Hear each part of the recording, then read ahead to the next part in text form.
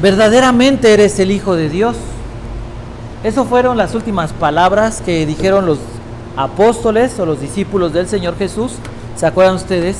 Cuando lo vieron cómo Él calmó la tempestad, cómo caminó sobre las aguas y cómo le dijo a Pedro: ven, camina, acércate hacia mí. Dice esta historia, la voy a leer, es una historia muy breve para que podamos contextualizar. Dice la escritura: y terminada la travesía, vinieron a tierra de Genezaret. Cuando le reconocieron los hombres de aquel lugar, enviaron noticia por toda aquella tierra alrededor y trajeron a él todos los enfermos y le rogaban que les dejase tocar solamente el borde de su manto. Los enfermos de Genezaret. Ese es el tema del día de hoy. ¿Qué significa que Jesús es el Hijo de Dios? Es un concepto que en la Escritura encontramos en varias porciones y lo voy a tratar de sintetizar. Este título es un título mesiánico. ¿Qué significa? Que Jesús es el Rey celestial, el Rey de Israel, el heredero del trono de David. El Hijo de Dios, ¿qué entendían las personas? Es el heredero de David y es el Rey celestial. ¿Qué otra cosa? Expresa, y esto es lo más importante, expresa la relación para nosotros misteriosa, difícil de entender, a eso se refiere la palabra misterioso, la relación que existe en la Trinidad, Padre, Hijo, Espíritu Santo. Pero esta relación ha sido eterna. La Biblia le llama a Juan 3:16 su Hijo unigénito. Y esta palabra, que es una palabra monogenes, significa el único en su género, el único en su, por decirlo así, en su especie, para que se pueda entender. Jesús es eso. Al ser Jesús Hijo de Dios, es Dios también, comparte divinidad con el Padre, y por eso es que lo quisieron matar. Voy a leer algunos pasajes, ahí en su Biblia ustedes pueden, aparecen las citas en las diapositivas. Juan capítulo 5, verso 18, dice así, verso 17, y Jesús le respondió: mi Padre hasta ahora trabaja y yo trabajo. Por esto los judíos aún más procuraban matarlo, porque no solo quebrantaba el día de reposo, sino que también decía que Dios era su Padre, haciéndose igual a Dios. Apocalipsis 1:8, ¿se acuerdan ustedes? Dice así el Señor Jesús, en esa revelación que hace: yo soy el alfa y la omega, el principio y el fin, dice el Señor, el que es, el que era y el que ha de venir, el Todopoderoso. Juan 3:16, porque de tal manera amó Dios al mundo que ha dado a su Hijo unigénito, para que todo aquel que en él cree no se pierda, mas tenga vida eterna. Gálatas capítulo 4, verso 4. Dice así: pero cuando vino el cumplimiento del tiempo, Dios envió a su Hijo, nacido de mujer y nacido bajo la ley, para que redimiese a los que estaban bajo la ley, a fin de que recibiésemos la adopción de hijos. Entonces, el Hijo de Dios, Mateo capítulo 26, le preguntan a Jesús: a ver, ¿quién eres realmente? ¿Eres tú el Hijo del bendito? Y Jesús dijo que sí, yo soy. Y en ese momento, ¿se recuerdan ustedes? El sumo sacerdote se rasga las vestiduras y dice: blasfemia. Y entonces al Señor Jesús lo mandan a la cruz, lo crucifican. Pero Romanos capítulo 1, verso 4 dice que fue declarado Hijo de Dios con poder por la resurrección de entre los muertos. Entonces, decir que Jesús es hijo de Dios significa todo esto, que es el Rey celestial, que es divino, comparte divinidad con el Padre, que es el único en su especie, en su género, ¿sí? Jesús es único, Jesús es aquella persona preparada desde la eternidad pasada para ser el Salvador, para vencer a la muerte, para vencer al pecado, para vencer al diablo y para redimirnos. ¿Y cómo se confirmó que Jesús es el Hijo de Dios? Cuando se levantó entre los muertos. Regreso a Mateo. Cuando los discípulos o cuando Mateo escribe esto, se lo está escribiendo a personas que no conocen y no tienen una Biblia, que no saben lo que significa propiamente que es ser hijo de Dios, que los judíos a lo mejor lo entendían como concepto, pero no lo creían. Jesús era reconocido por hacer milagros. Jesús era reconocido por ser un gran maestro. Jesús era reconocido hasta por mala fama. Pero conocer a Jesús como hijo de Dios, reconocerlo, entender, llegar a ese, la palabra reconocer que se usa en la Biblia, es epignosis, significa llegar a lo más alto del conocimiento, ¿sí? Es una fe que habla de conocer, es una fe que habla de yo experimenté, yo sé quién eres. Ese conocimiento solamente se puede dar entre personas de la misma familia. Es el conocimiento que se habla, que se produce entre Dios y el hombre cuando Dios ha redimido a una persona. Es el conocimiento del que habla la Biblia entre un esposo y una esposa, entre hijos y padres. Entonces, cuando la gente decía, eres el Hijo de Dios, y lo entendía, llegaba este conocimiento, esas personas eran salvas. Esas personas, como Pedro, caminó sobre el agua. Esas personas dentro de una barca, azotadas por olas, con vientos contrarios, esas personas sobrevivieron y llegaron al otro lado. ¿Qué tan importante es entonces que el día de hoy, como hace 2000 años, tú puedas entender qué significa y que creas que Jesús es el Hijo de Dios? ¿Es importante? Lo fue hace 2000 años y hoy sigue siendo importante. Esta historia se trata de personas que llegaron al momento de quedar incapacitados por cuestiones morales, pero también por cuestiones físicas. Vamos a ver la historia. El inicio de la historia, verso 34. Y terminada la travesía, vinieron a la tierra de Genesaret. Jesús tenía un propósito. ¿Cuál era? Ir a Genesaret, ir a ese lugar. ¿A qué iba Jesús a los diferentes lugares de Palestina? ¿Qué es lo que hacía Jesús?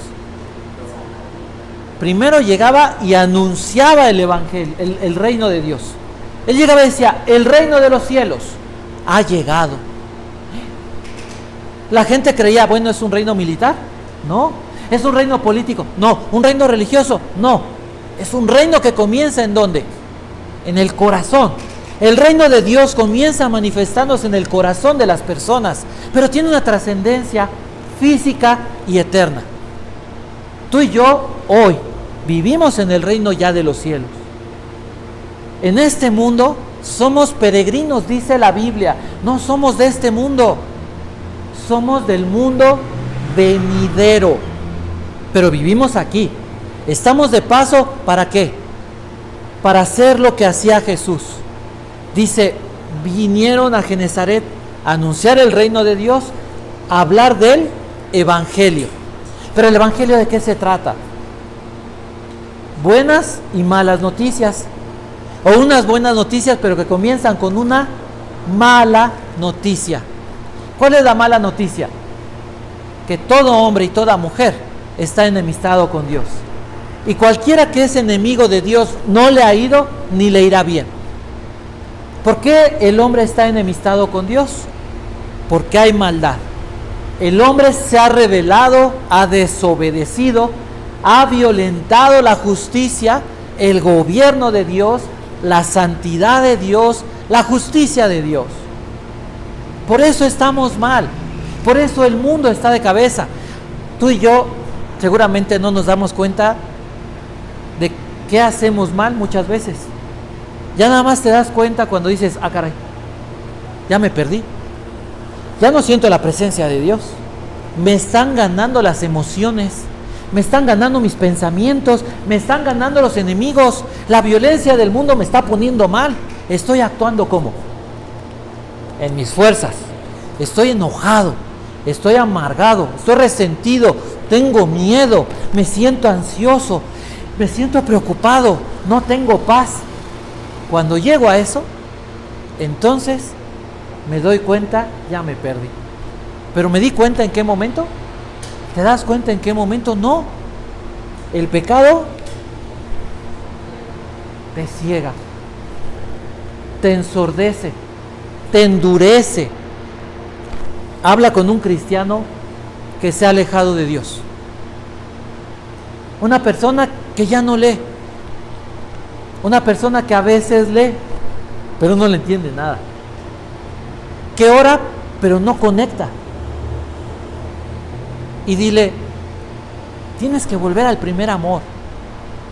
Y te va a dar a lo mejor te da una lista y te saca un pergamino, como el rollo de Isaías, y te va a dar 20,000 razones, disculpas o argumentos de que él está bien. Así lo hacían los rabinos. Pero ¿cuál es la realidad? Se han alejado de Dios. Jesús predica el evangelio y dice, se han alejado de Dios. Vuélvanse a Dios. Dejen sus malas obras. Apártense de sus malos caminos. Y entonces, ¿cuál es la buena noticia? Que Dios, ¿qué? Perdona. Dios te acepta. Dios te restaura. Dios te bendice. Dios procura tu bien. Esa es la buena noticia. Jesús va a Genezaret para hacer eso. Pero ¿qué pasa en Genezaret? Dice la escritura, verso 35, cuando hay una traducción que dice le reconocieron, aquí es le conocieron, la 60. Cuando le conocieron, los hombres de aquel lugar enviaron noticia por toda aquella tierra alrededor. Había gente que reconocía a Jesús. La gente que conocía a Jesús, ¿qué hacía? Iba y le decía a los demás, ¡Ey! Ya llegó, ha venido Jesús. El Señor está aquí. Porque habían reconocido su poder. Esta historia se van a dar cuenta que tiene un paralelo con Mateo capítulo 9. La mujer que se acercó por detrás y tocó el borde del manto de Jesús, ¿se acuerdan? Entonces, la gente ya conocía, había gente que conocía a Jesús. ¿Qué es lo que hacía esa gente? Lo iba a buscar, pero decía a los demás, vengan. Las personas eran llamadas, o los que conocían a Jesús, le decían a los demás de forma natural, oye, ya llegó Jesús. Vamos a conocer a Jesús.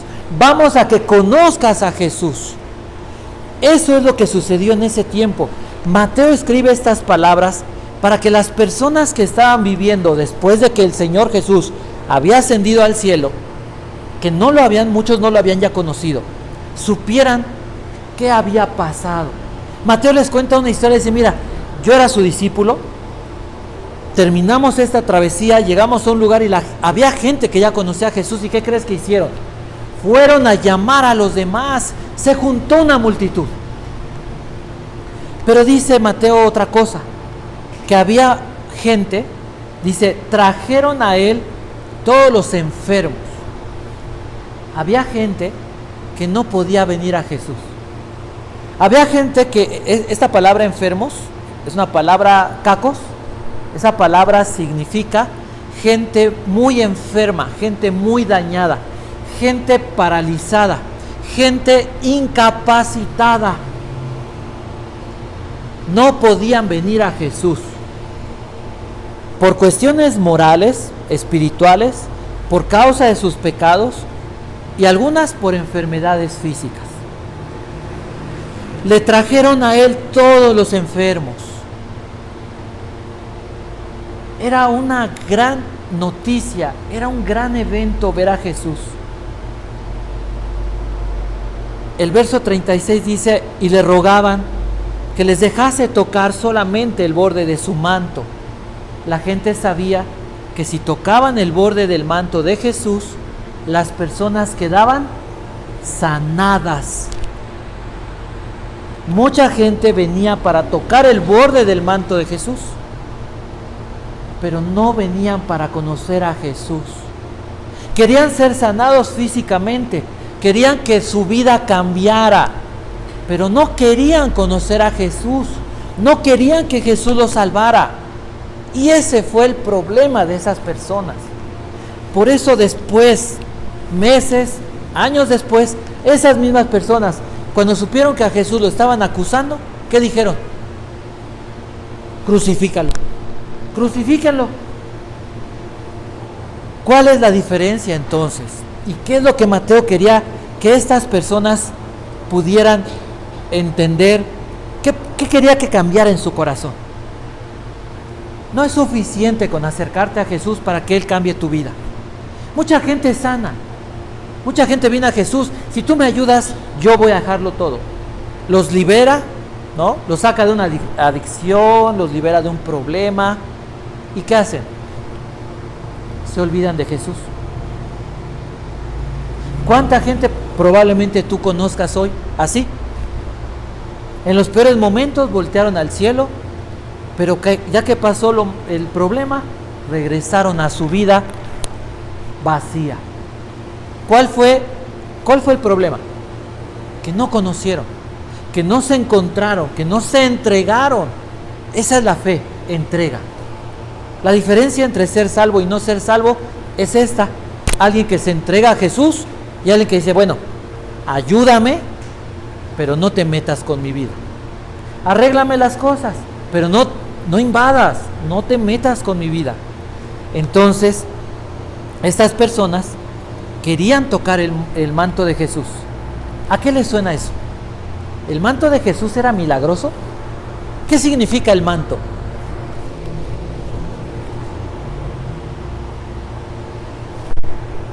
¿Qué? ¿Cómo? ¿Qué significa el manto de Jesús? El manto de Jesús en la Biblia, si ustedes recuerdan Apocalipsis, cuando habla del manto, habla de las buenas obras o de las obras justas de Jesús. Entonces, el manto de Jesús representa esas obras justas, santas. Todos los sacerdotes vestían un manto de lino fino, blanco, porque habla de la justicia y de la pureza que debe uno tener para acercarse a Dios. Y el único que tiene esta pureza es ¿quién? Jesús. Entonces, aquellas personas se acercaban para tocar el borde del manto, pero en el borde del manto había unas borlas, había unas tiras, como de, hagan de cuenta que hicieran una tira de estambre, que tenían recordatorios. En medio de esas había una tira azul. El azul, abran su Biblia por favor para que sea más fácil que lo entiendan. En Números capítulo 15. Números capítulo 15. Vamos a leer ese pasaje. Verso 37. Dice así, verso 38. Del 38 al 40. Ya lo tenemos para que lo leamos juntos. Dice así: habló a los hijos de Israel y habla a los hijos de Israel y diles que se hagan franjas en los bordes del vestido por sus generaciones, y pongan en cada franja de los bordes un cordón azul. En este contexto, el cordón azul hablaba dentro del tabernáculo, y de esto que está hablando, del cielo, ¿sí? Entonces, vean lo que dice: un cordón azul. y os servirá de franja para que cuando lo veáis os acordéis de todos los mandamientos de Jehová para ponerlos por obra. Y no miréis en pos de vuestro corazón y de vuestros ojos, en pos de los cuales os prostituyáis. Entonces, regresamos a Mateo. Las franjas, las borlas, las tiras, eran recordatorios ¿de qué? De los mandamientos, de la justicia de Jesús. Las buenas obras de Jesús, esas buenas obras de Jesús eran el sometimiento del Señor Jesús al gobierno celestial. Si una persona tocaba o veía a alguien, los judíos usaban eso para que la gente de los otros pueblos supieran que ellos eran el pueblo de Dios, sometidos a las leyes celestiales, al gobierno celestial. ¿Sí? Entonces, cuando una persona se acercaba a Jesús y quería tocar eso, ¿qué estaba haciendo? ¿Qué creen que significaba eso?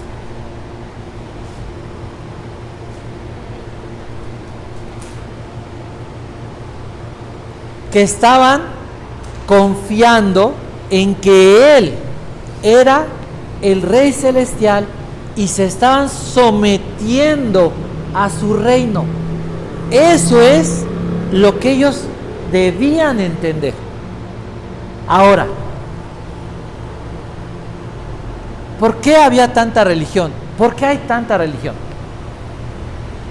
Las personas buscan diferentes dioses para recibir buena suerte, para recibir dinero, para recibir salud, para recibir victorias, para recibir poder, para recibir.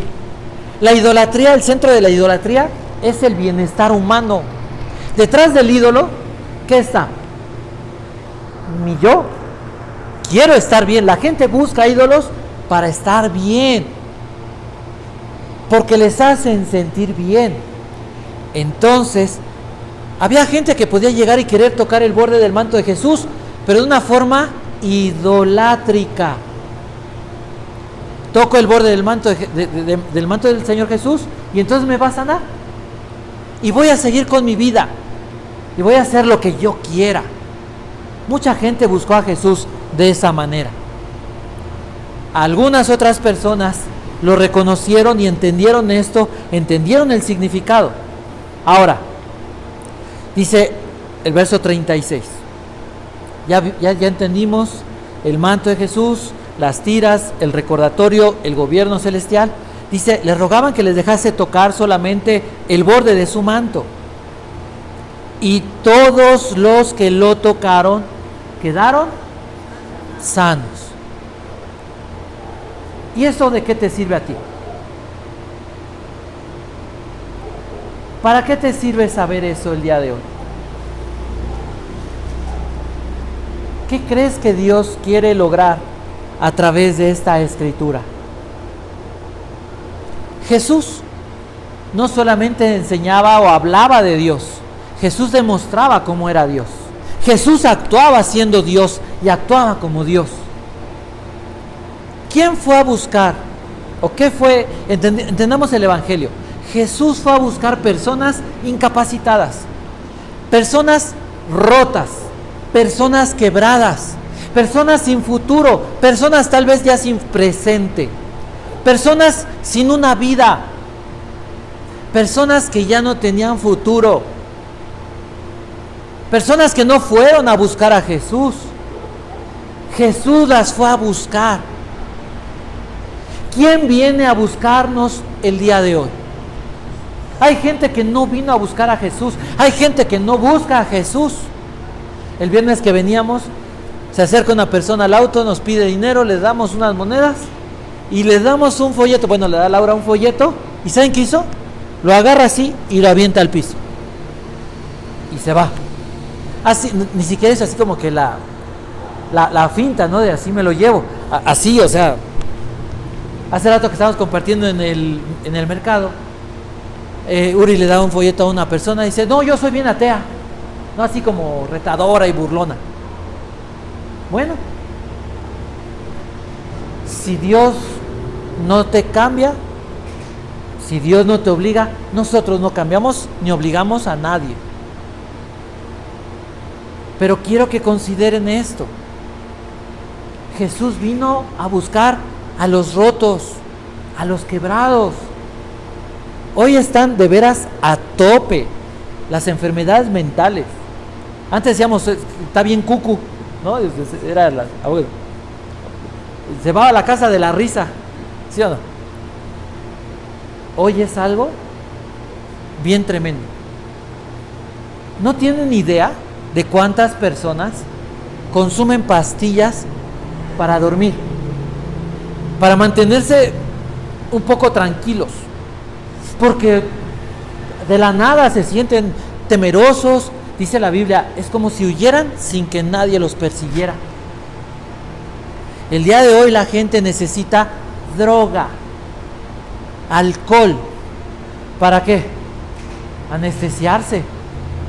Jóvenes, el viernes una señora mayor sentada en la banqueta con una jovencita, no creo que tuviera más de 20 años, ahogada o drogada así, la mirada perdida, inconsciente, sentada, no se podía quedar derecha. Ves a la gente caminando con droga, fumando. No solamente en el mundo, en la iglesia mucha gente requiere medicamentos. Hoy algo valioso, algo que no tiene precio en el corazón de las personas, es la paz. Es sentirse seguros, tranquilo. No es algo que esté en el mundo. Esto solamente está en Jesús. Y hay gente que no puede ni siquiera buscar a Jesús. En la semana vimos una persona destruida por su pecado, exceso de droga, exceso de maldad, y acaban en la calle, errantes, que tú dices, probablemente parecidos al Gadareno. ¿Quién puede ayudarles? Y lo único que puede hacer uno es decir, que el Señor tenga piedad, que el Señor te libere, porque es el único. Y esa es la característica de las personas de esta época. Aquellas personas sabían que no había nadie que pudiera ayudarlos, sabían que no había nadie que pudiera sacarlos de esa incapacidad. Probablemente habían fracasado en su vida por flojos, por ignorantes, por no querer aprender un oficio, un trabajo, o a lo mejor porque fueron dañados en su alma, quebrados. ¿Quién puede ayudarle a una persona así? Solamente Jesús. Entonces ahí es la trascendencia de los que conocían a Jesús. ¿Qué hicieron? Fueron a llamarlos. Vamos, te voy a llevar con el que puede salvarte. Y eso es el ejemplo que nosotros deberíamos seguir. Tal vez tienes muchos problemas. Creo que todos tenemos en este mundo, ¿quién no tiene problemas? Pero sabes, lo que quisiera que hoy pudieras de verdad, y ¿se acuerdan al principio de año? Se los dije, y creo que es el deseo del corazón de Dios, es que vuelva a resurgir en nuestros corazones la esperanza, la fe, el que tú digas, ¿sabes qué? Está difícil la situación, pero voy a salir adelante. Cuando una persona tiene una crisis de ansiedad, ¿sabes qué es lo primero que hay que decirle? ¿Sabes cuál es lo primero? Tranquilo, ya está pasando. ¿Qué crees que pasa? Ya está pasando, tranquilo, ya está pasando. Ahora, Jesús vino a buscarlos, vino a salvarlos. Él fue a hacer el cambio. Él cambió su alma, cambió su cuerpo, cambió su mente. Ese es ¿quién? El Hijo de Dios. Jesús es el Hijo de Dios. El Hijo de Dios hace eso. Entonces, tú te sientes, estás pasando por alguna situación, ¿sabes? No hay problema. Jesús te puede, Jesús quiere, Jesús está aquí. Vas a salir adelante. Vas a estar bien.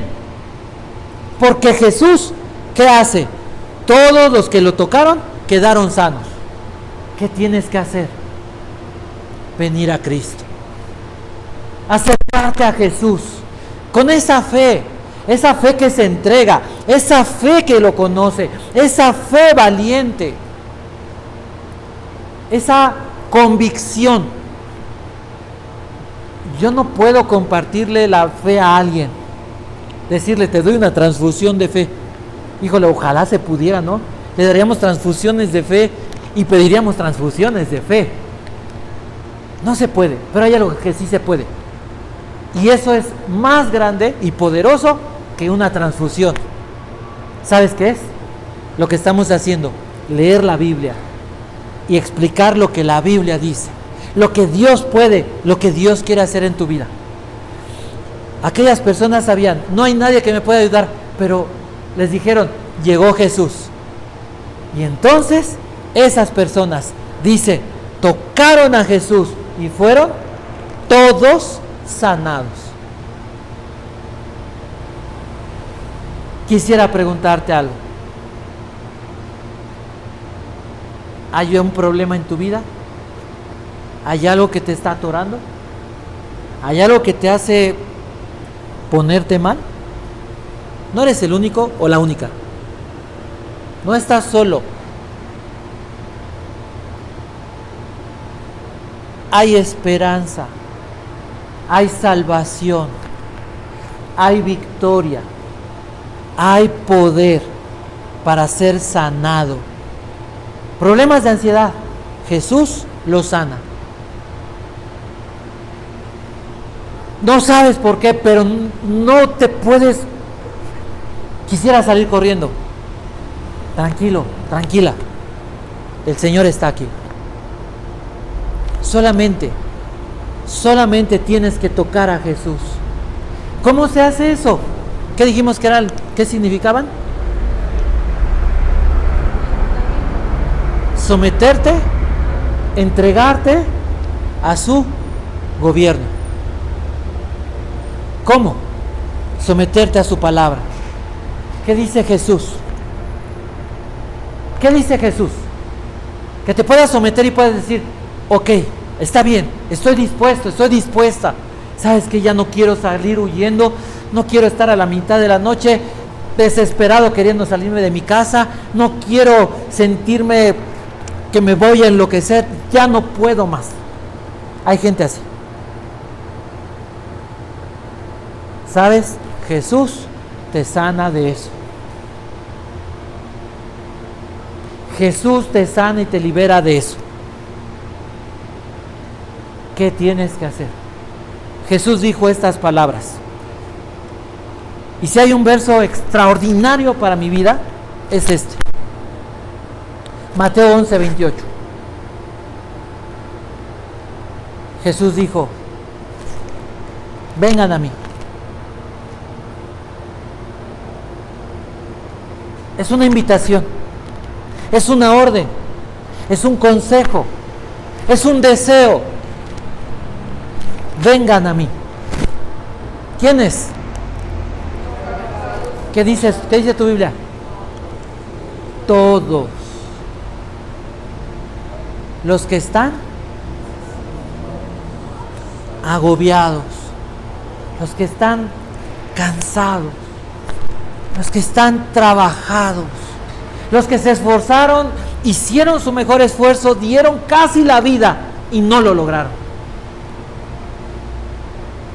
Los que dicen ya no puedo. ¿Le has dicho?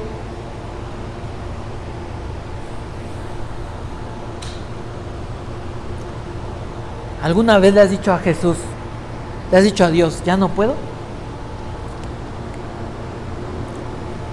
Ojalá nunca te pase.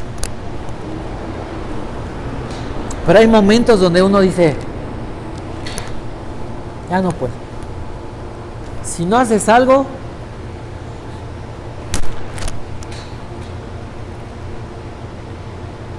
si no intervienes,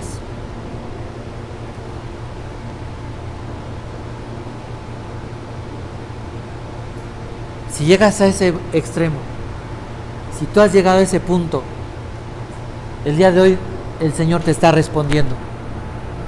Ven, yo te daré descanso. Yo los haré descansar. Ríndete a Jesús. Ya no pelees en tus fuerzas. No intentes salir de ese problema. Ríndete a Jesús. Es que si pasa esto no te va a pasar nada. Si se acaba esto, si se acaba tú sigues con vida. Y Dios te va a dar algo mejor. Es que si le pasa esto, nadie te los va a quitar. Los padres nos ansiamos por los hijos. A veces los hijos por los padres. Una persona por su trabajo, la salud. Hay muchas cosas. Si todo lo perdiéramos, si el día de hoy lo perdiéramos todo y se acabara el mundo, ¿sabes? Tenemos una patria celestial y tenemos un Dios que nos lleva, o tenemos a Dios que nos lleva más allá de este mundo. No nos va a pasar nada, nada, porque Dios está con nosotros. Y cuando le digas a Dios, ya no puedo, Dios te va a decir, sí puedes, porque Él da fuerzas al cansado, aumenta las fuerzas al que no tiene ninguna. Porque cuando dice el débil, ya no puedo, dice el Señor, que nos hace fuertes. Cuando dices, es más grande que yo, dice el Señor, esfuérzate y sé valiente. Cuando ves un muro que dices, hasta aquí llegué, dice el Señor, cree en mí. Por la fe cayeron los muros de Jericó. Adora a Dios, ríndete a Cristo. Vas a salir adelante. ¿Quieres que cambie algo en tu corazón? Es el momento de decirle, necesito esto. Las personas fueron con muchas necesidades, pero tal vez había una que los estaba limitando. No sé cuál sea, pero Dios la conoce. Yo voy a orar por ustedes, pero es Dios el que los va a ayudar. Es Jesús el que los va a ayudar. Crean, anímense, las cosas van a salir bien, todo va a terminar bien. Dios no ha fallado y Dios no deja a la gente a la mitad del mar.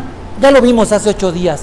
Dios no te va a dejar fracasado ni quebrado, porque está de por medio su honor, porque Él dijo que Él tomaba tu vida en sus manos y Él va a hacer y va a llevarte a un buen término. Dice su palabra, dice Dios, tu vida, la vida del justo es como la luz del mediodía, va en aumento hasta que el día es perfecto. No vas a fallar, no vas a fracasar. Como estuvo con Moisés, va a estar contigo todos los días. Medita en su palabra, todos los días busca su presencia y vas a ver que rápidamente, prontamente vas a ver cambios en tu vida. Cerca de ti está la palabra, en tu boca y en tu corazón.